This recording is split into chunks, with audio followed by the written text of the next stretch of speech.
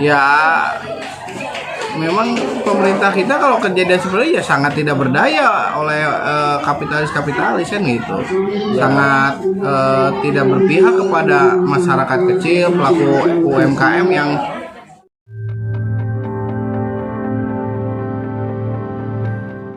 keberadaan CH dan Prima Presmat di Kabupaten Kuningan yang mulai menjamur.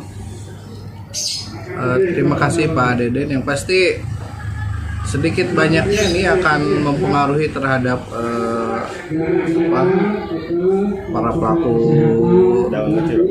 pedagang kecil lah, UMKM kecil yang di warung-warung yang memang bisa kita temukan, banyak kita temukan lah di sebelah rumah kita kan gitu. Itu sangat mengganggu menurut saya karena sangat tidak berimbang lah kan gitu. Kemudian keberadaannya juga harus kita pertanyakan kembali asal usulnya, mulai perizinannya seperti apa kan gitu. Itu barangkali. Menurut Pak Dani itu masuk kategori minimarket atau kata Pak Bupati kan keagenan katanya. Ya harus jelas dulu ya, makanya tadi di awal itu perizinannya seperti apa. Kalau dari bangunan, dari interior itu lebih ke toko modern, Kalaupun berbicara keagenan terbatas ya konsumennya. Jadi misal kita punya warung nih, baru belanja ke sana, harganya pun beda. Kalau si konsumen langsung, saya rasa harganya harus agak beda dengan yang punya toko atau yang punya warung belanja ke sana gitu. Nah, keberadaan gerai-gerai ini menurut Pak Dani masuk kategori ini enggak ideologi kapitalisme gitu? Oh jelas, ini bisa dikategorikan seperti itu karena ya terus terang, misal Presmat nih, dia pemodal gede kok, termasuk CH juga pemodal gede, beda dengan yang warungan hanya 2, 3, 4 juta bisa muterin tiap hari kan gitu. Nah ini dikuasai 1, 2, 3 orang dan cenderung beberapa kelompok lah dengan modal yang gede. Di Kuningan bikin berapa, di Cirebon bikin berapa, Presmat kan seperti itu, di mana-mana ada lah kan. Dan barangnya juga di drop dari pusat, taruh di Bandung pusatnya, bukan kearifan lokal gitu. Sarannya kepada Bupati, eksekutif, dan legislatif terutama Komisi 2 seperti apa? Ya pertama dikasih teguran lah, ataupun kita inspeksi ke sana, perizinannya seperti apa. Kalau hanya perizinan toko gitu kan, ini sangat tidak wajar lah kan gitu. Dia lebih ke toko modern lah kan gitu.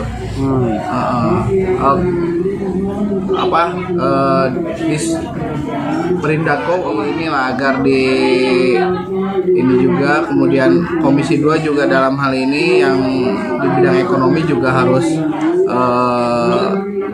coba tanggap lah, proaktif lah. Ini juga permasalahan kecil tapi kan kalau dibiarkan akan menjadi kurang baik ke depannya kan gitu. Iya. Kalau ternyata memang itu dipaksakan, biasanya kan rame-rame di awal gitu, kesananya tetap berjalan. Kalau seperti itu kenyataannya gimana Pak? Ya memang pemerintah kita kalau kejadian seperti ya sangat tidak berdaya oleh kapitalis-kapitalis kan gitu. Sangat tidak berpihak kepada masyarakat kecil, pelaku UMKM yang selama ini pemerintah pusat juga mengedepankan atau memprioritaskan UKM, ekonomi lokal kan gitu. Dan pemodal-pemodal kecil juga harus dilindungi. Pemerintah setempat juga harus hadir untuk melindungi keberlangsungan hidup pemodal-pemodal kecil, warung-warung kecil. Seperti itu. Jadi ditinjau ulang lah keberadaan toko modern lah, agen-agen yang mungkin nggak jelas lah kan gitu. Apalagi mungkin ada ini juga ya, ada aturan sempadan jalan, aturan sempadan sungai gitu. Nah betul, itu juga harus jelas diterapkan. Ada sepadan sungai seperti apa, jangan aturan tajam ke atas turun ke bawah lah. Garis sepadan jalan seperti apa, harus benar-benar lah diterapkan lah aturannya. Kalau contoh ini pada nih, Ya.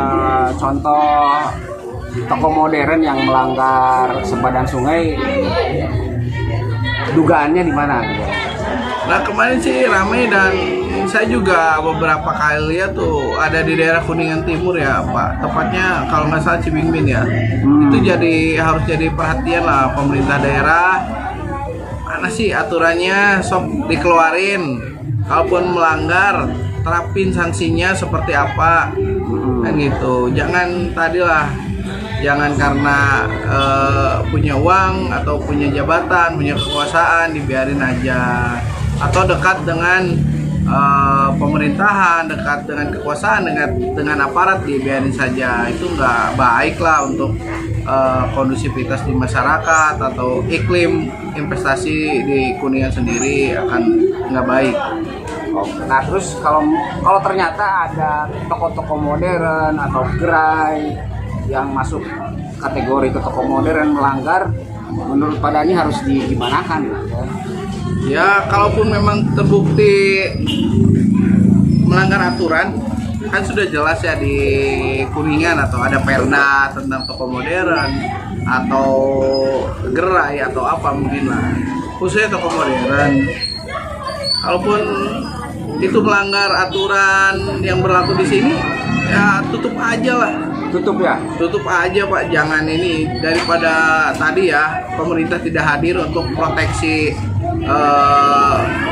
ekonomi kecil atau UKM kan gitu. Udah tutup aja lah, harus tegas juga pemerintah di sini.